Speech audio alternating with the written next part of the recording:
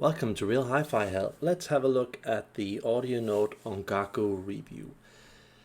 So I've made this very long and thorough review that you can read off the screen.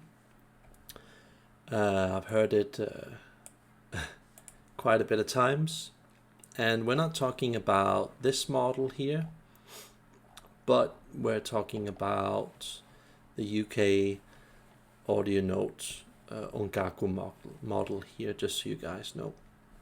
Just to quickly show you guys what this video is about, I'm gonna cover this sound from top to bottom, everything that I know about this amp, as you can see here, why I don't consider it personally for myself the best amplifier in the world, but I do consider it one of the top 10 amplifiers in the world.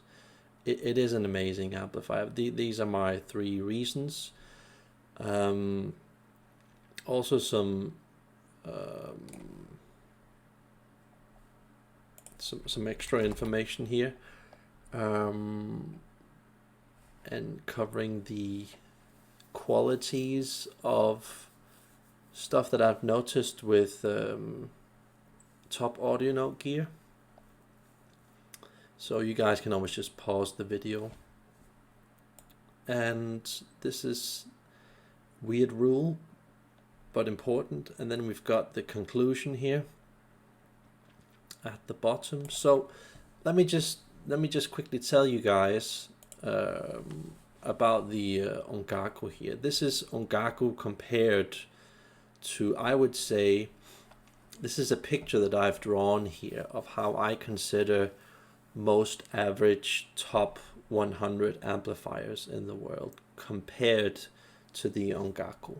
Now, when we usually measure amplifiers against each other, like I've said here at the right side here, that we basically only focus on the two-dimensional parts of the sound, stuff like bass, mids, treble, power, control, resolution, 3D, soundstage, functionality, dynamics. But when you've got the Ongaku, you've kind of have to broaden that scale a lot more, so you get a lot more specific, because suddenly you realize that we're not just dealing with detail, but we're dealing with a detail within the detail, where you really start connecting on a whole other level. So just realize that I know that all top 100 amplifiers in the world are different from amplifier to amplifier, brand to brand, and even within the same brand. I realize that. This is just to give you guys an idea of what the Ongaku does that is really well. So point of reference is that the Ongaku is 100 over here, and all of this is compared to the Ongaku. So we've got 0, which is crap, 100, which is, we're just going to say in this case the Ongaku. And I would say that generally, when we are in the top 100 amps in the world, we are dealing with a very good amount of power, control, grip, dynamics. That is just almost as good as you ever want it. And then other stuff like black level typically also gets pretty good. And information and real instruments and voices aren't quite there, but they're still, you notice that once you get up to this level that it's actually pretty good.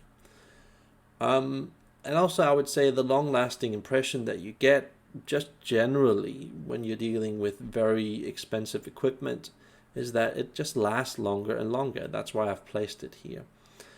And 3D movement, yeah, also pretty high on a lot of these top 100 amplifiers. Also real weights, true grunt and bite, not quite there at the Ongaku level, but generally just really, really good. Now, where I feel that it starts to fall apart compared to the Ongaku is when we start looking at musicality. And I would say soundstage and true neutrality. and when we're dealing with intensity, resolution, and as you can see on the screen here, you know, these are, especially around here, emotional response and making detail just makes sense.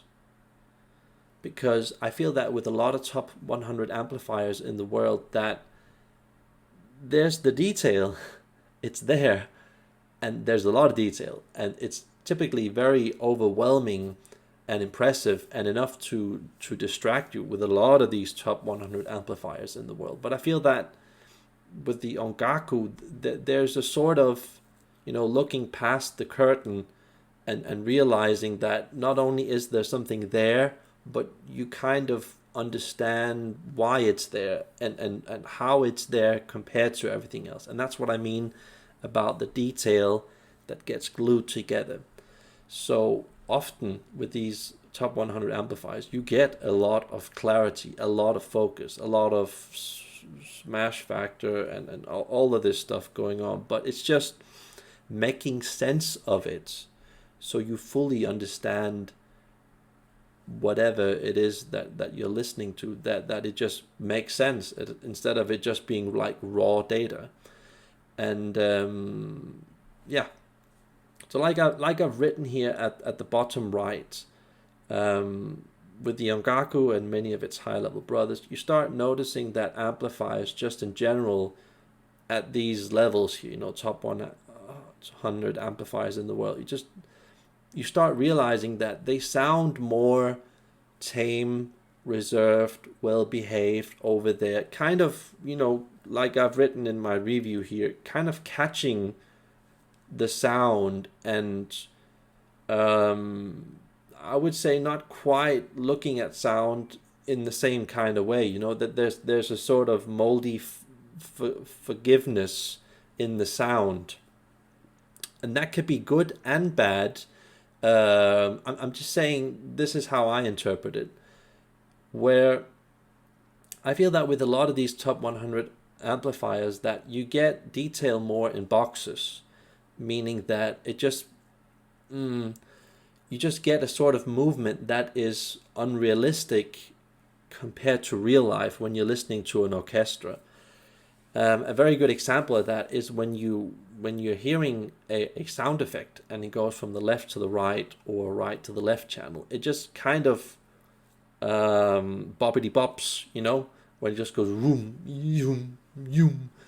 Where I feel that with the Ongaku, you just feel more of a genuine connectedness, you know, with the details, so that we don't get everything in these boxes and just get more and more information, but it all just comes together, you know. It sounds ridiculous, but this is how I see the Ongaku generally compared to the market. So let's just have a quick look at this. I think in the start it was something like this, and then probably around 1995, I'm guessing, you guys can always correct me in the comments, then it started looking more like this, where Audio Note started doing their own thing, separating themselves from Kondo, becoming from that point on slowly better than Kondo, getting up to, you know, the standard of sound here, which is, I would say, basically the best sound that you can get without any restrictions on money. So just want to tell you guys that I made this video the other day here about the best amplifier in the world. That is, I would still say, the best amplifier in the world if you have to take people at the bottom level, at the mid level, and the high level of hi-fi, and get them to kind of all be able to reach a very high level of sound. I feel that this, value-wise, is the best amplifier in the world, where I, of course, recognize the fact that the Ongaku, you know, it costs a lot more, but it also does a lot more than than the auto that I have, but I just feel that it's difficult to explain, but I feel that personally, I just, in a way, kind of prefer the auto amplifier a bit more. And it's weird. And in another way, I also kind of prefer the Ongaku a bit more. It's just, it's really hard making up your mind when we're dealing with gear at this level. I just think that the biggest factor why I kind of like my amplifier more is just because it's within reach. That's it, you know. I can't remember what the price is of this. I think I mentioned it up here. So yeah, something like that. Where I think that the auto is probably only like, I can't remember, 15,000 UK pounds, something like that. I can't remember. But there is a lot of that sound from the auto, from the Maisho, from the Jinro, from the Tomai in the Ongaku. Just because this is the top line that Audio Note currently has, doesn't mean that you should disregard any of these versions that I just mentioned. And let me just point that out to you guys. These things that I just mentioned, where the hell are they? Let me just see.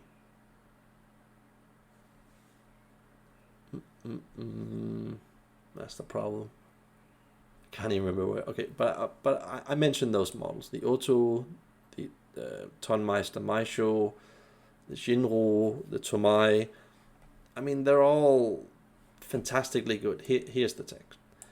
They're all fantastically good in their own way, and it's hard for me to kind of pick one amplifier that will suit most people in the world, because I feel that in a way the Ongaku is the best amplifier in the world. But the problem is that when you have the best amplifier in the world, it also kind of demands the best equipment in the world to a certain degree.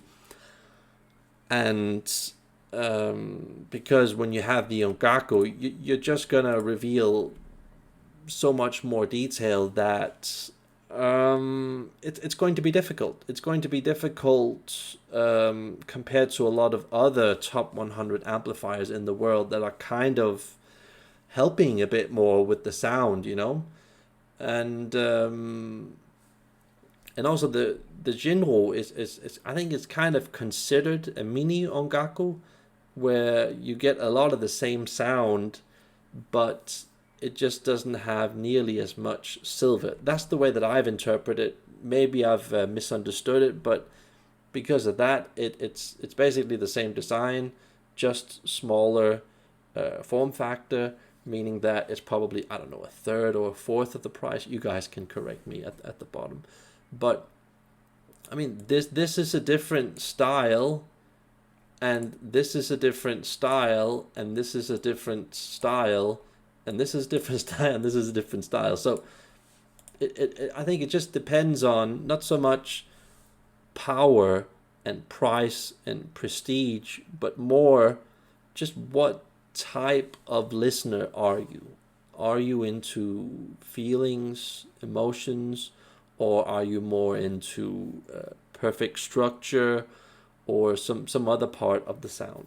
I feel that I could really get to like the Ongaku and enjoy it if I just had a system that is better than I have now. You know, I feel that with my streamer that I have now, it just wouldn't be good enough for the Ongaku. It would reveal too many faults. It's just very like I've written at the top here. It's the power of the Ongaku is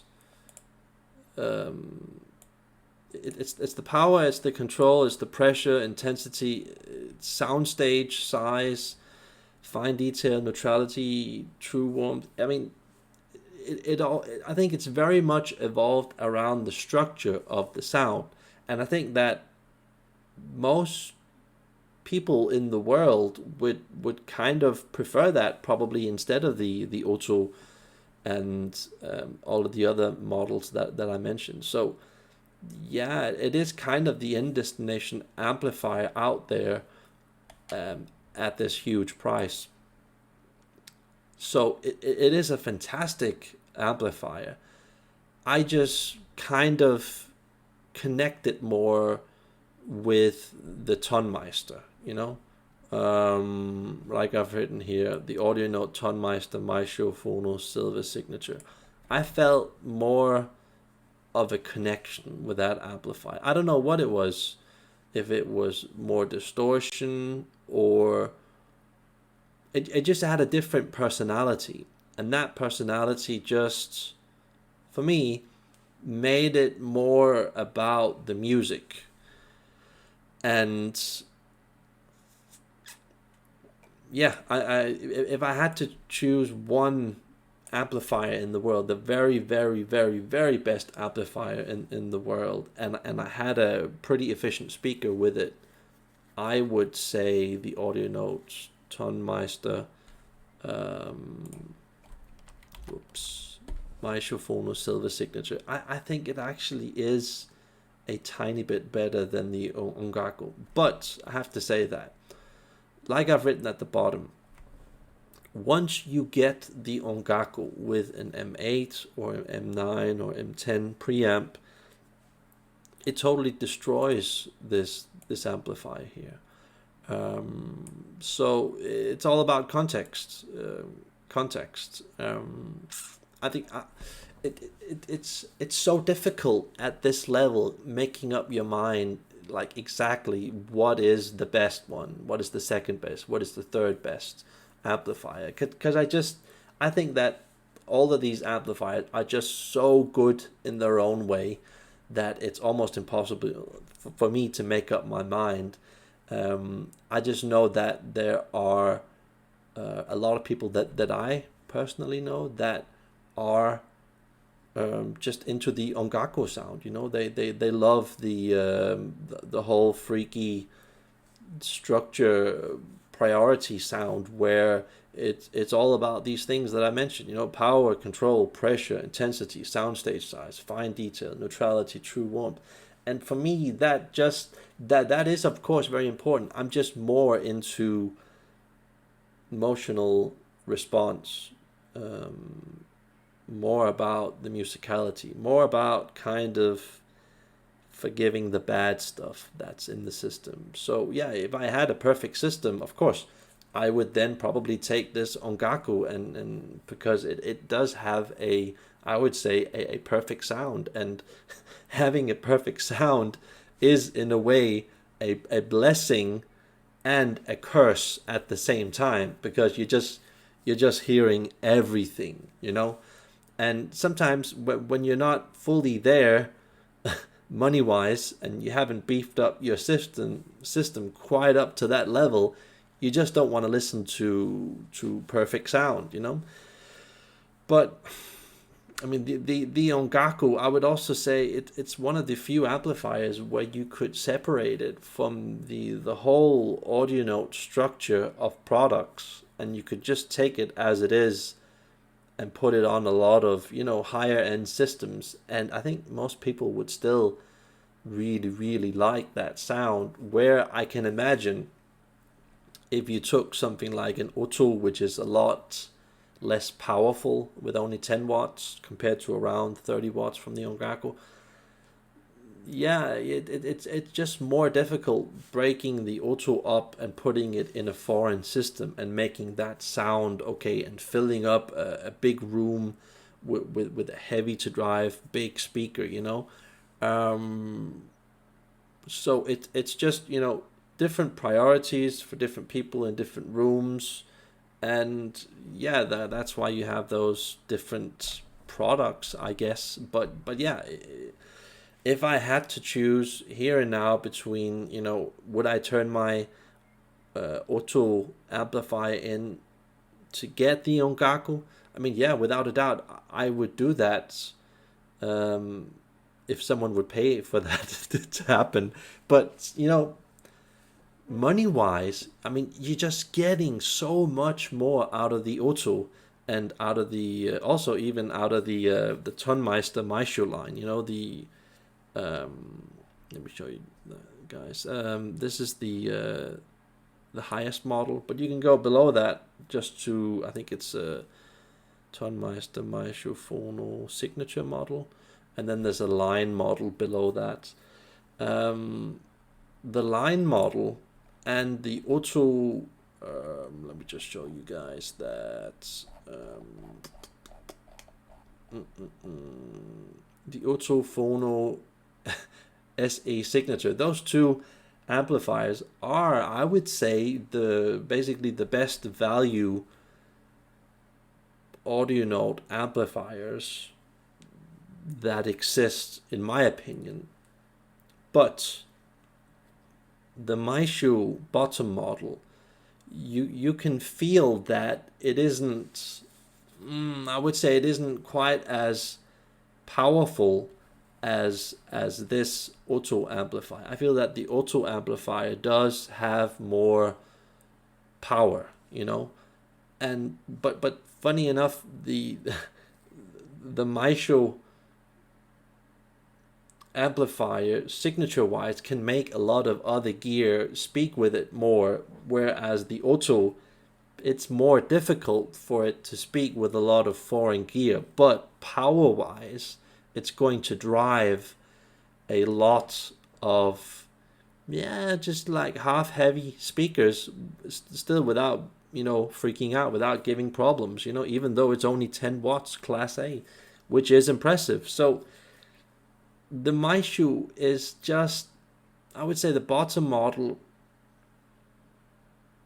the reason why I can't call it the best amplifier in the world is simply because, like I said in this video here,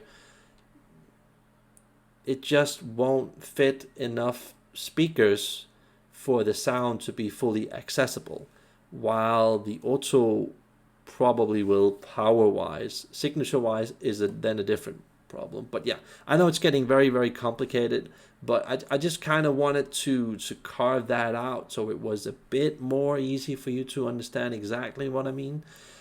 But yeah, you guys can read this very thorough review I did. I hope I didn't confuse you guys too much.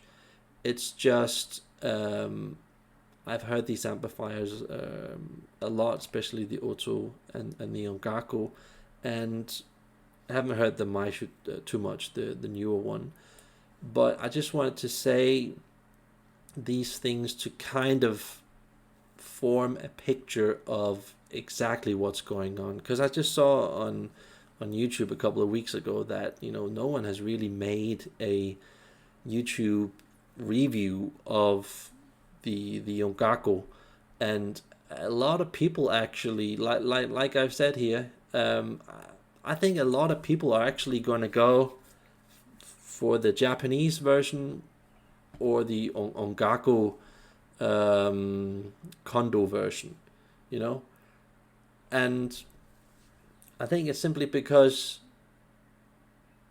those systems that usually prefer those models have more faults with them, where I can imagine that the Kondo version will just be more lazy, more forgiving, kind of more settled, whereas this UK version is just so reactive, so violent, so scary, so intense that in order for you to fully tune into that, you just need gear on a whole other level. And I'm talking about, personally, I think that you have to have a ANE audio note speaker, SPE, HE speaker. That's like minimum when you have an Ongaku. That's like minimum in my book, okay? That's just my opinion, but in my book, you just gotta have that as a minimum. And then you gotta have, as a minimum, I would say, 25 square meters of room.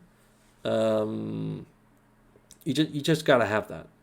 If you have something that's below 25 square meters, I think it's gonna be very difficult controlling the sound. You could possibly do it in a 20 square meter room. It's of course dependent on the room and all of that.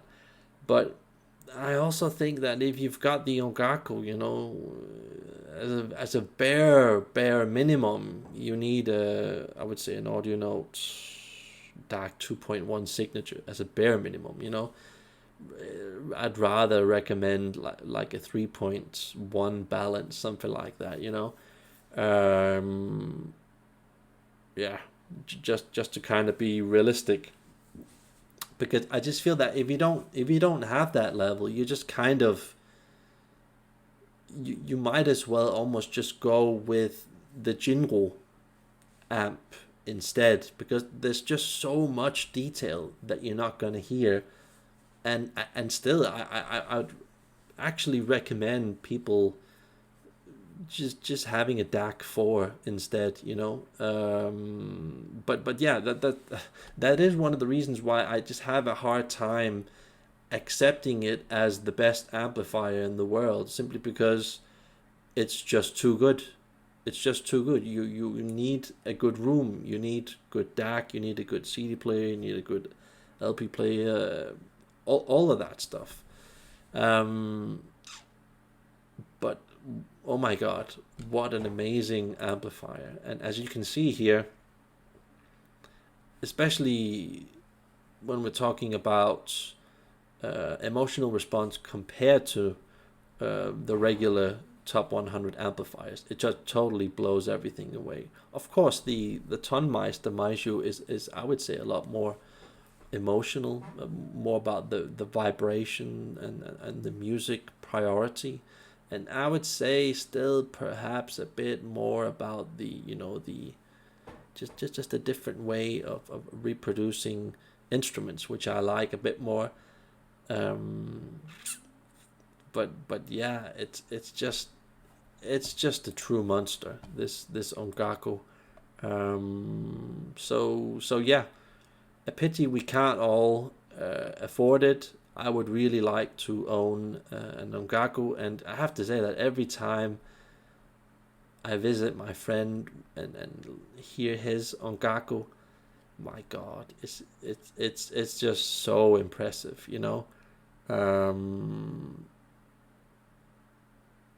It makes my amp feel more limited and grounded, and that's even though my amp basically beats most other equipment in the world, even though I have the older version of the Otto SE Phono signature, or whatever it's called. I keep forgetting what it's called, but yeah, I hope that helped you guys. This was a pretty well thorough, detailed review. And tell me, guys, about your experience with the Ongaku. Did you like it? Maybe you didn't like it. Maybe it was too aggressive for you. Maybe you actually preferred one of the other Audio Note amps. One thing I know for sure is there isn't a lot of amps that are like the Ongaku, except for the Gaku-on. And I have an idea that this is basically just a mono block version of the Ongaku, because it sounded very similar, just more, I would say, more powerful. And yeah, I'm guessing that's about twice the price when you have two of these.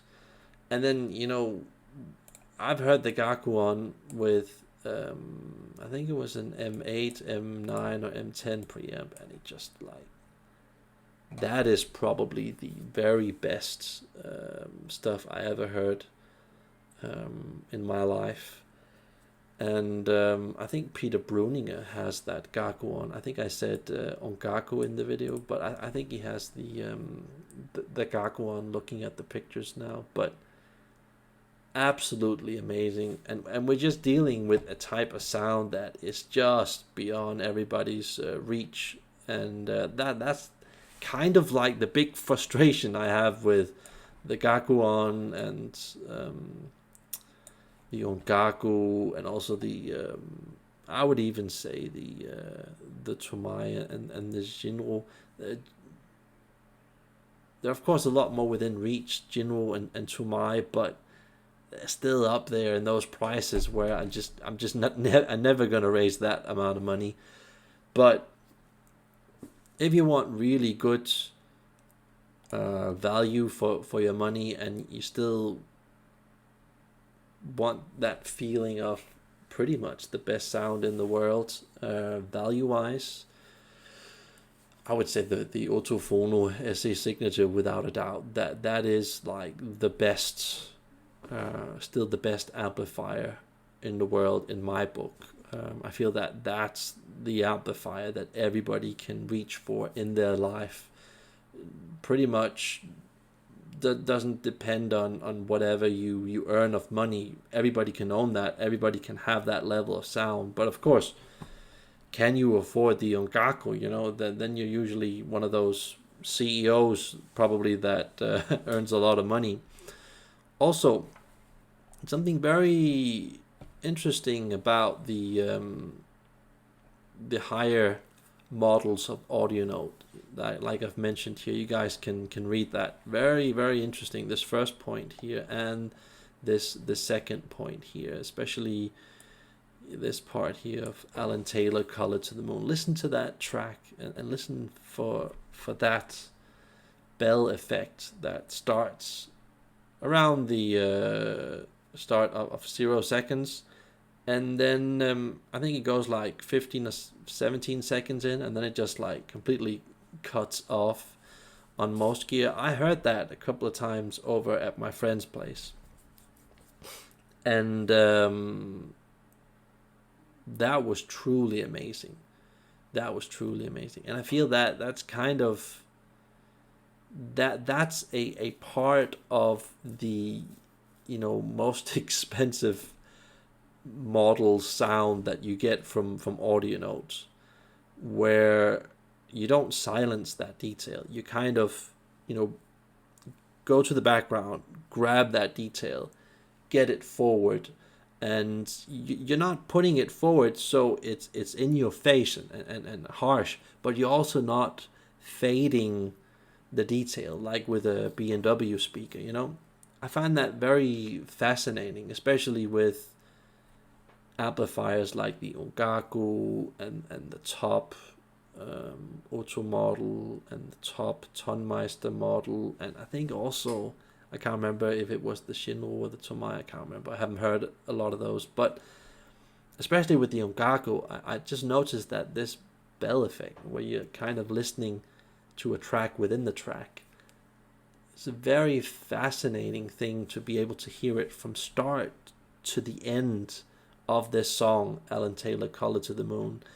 And even on my Otto amplifier, it fades out at around 17 seconds or something like that. So it just kind of, like I've written here, it kind of puts, I would say, attention on when you've got silver at the highest quality in these amounts, the way that it just, you know, takes that upper mid-range to the treble and just kind of like, you know, widens it and goes deeper. It's just, it's really fascinating with those bell ringing timbre like effects. It's something that I never heard on other high quality gear, you know. Even on my friend's top streamer, I never heard this bell effect, and it just fascinated me completely. But there's more about that in this review. Just read it all, and I hope you guys really enjoyed that. You know, I used a lot of time on really formulating everything that I thought personally about the Ongaku. and yeah, there might be a lot of people that don't like the Ongaku in the world. I think that a lot of those people that don't like it is simply because either they have Kondo and they're like, they like that more because it has a different priority. Fine, it's also a really, really good sound. Or I think just a lot of people get turned off simply because of the price. I've been to a lot of rooms where there was gear there in the millions of dollars, and you could just see before people would sit on those chairs that mentally that they kind of made up their mind, like, yeah, I'm never gonna buy this, so I don't care so much. But yeah, I just think, whatever people want, they should just get that. And I'm just here to kind of point out those flows. I'm really good at that, figuring out, what are the flows that you get from this piece of gear and that piece of gear and whatever. So even if you don't consider this the top amplifier in the world, that's fine with me. I have no problems with that. I just want to tell you my interpretation of the flows, not just from the Ongaku, but the Otto, the Tonmeister Maisho, and yeah, I don't know the Jinro and the Tomai so well, and many of the other, I would say lower power amps from audio. No, I don't know them so well. I haven't had the opportunity to really sit down and fully understand them, but this is just my interpretation of the Ongaku sound, and yeah, I have no problems with the original Ongaku, Kondo Ongaku, Japanese Ongaku. They're also fantastic pieces of artwork in their own way. They had just a very different style and approach to the sound, but also fantastic sound. And yeah, like I've written here, I think I mentioned it in the start that where was it? Yeah, it was just that getting lost in my own text, not good. It was just the fact that when I visited my friend and just seeing all the different things that he did with his Ongaku, all the different tubes that he used on it, I was just like, I just couldn't believe that it was the same amplifier, just from him changing the 211 tubes from L-Rock to whatever RCA tubes. Wow, those RCA tubes were really like fantastically good. I was really amazed, especially with the Ongaku, how different the 211 tubes sounded. One pair of tubes compared to the other. So yeah, that's all I have to say, and like and subscribe if you can. Bye.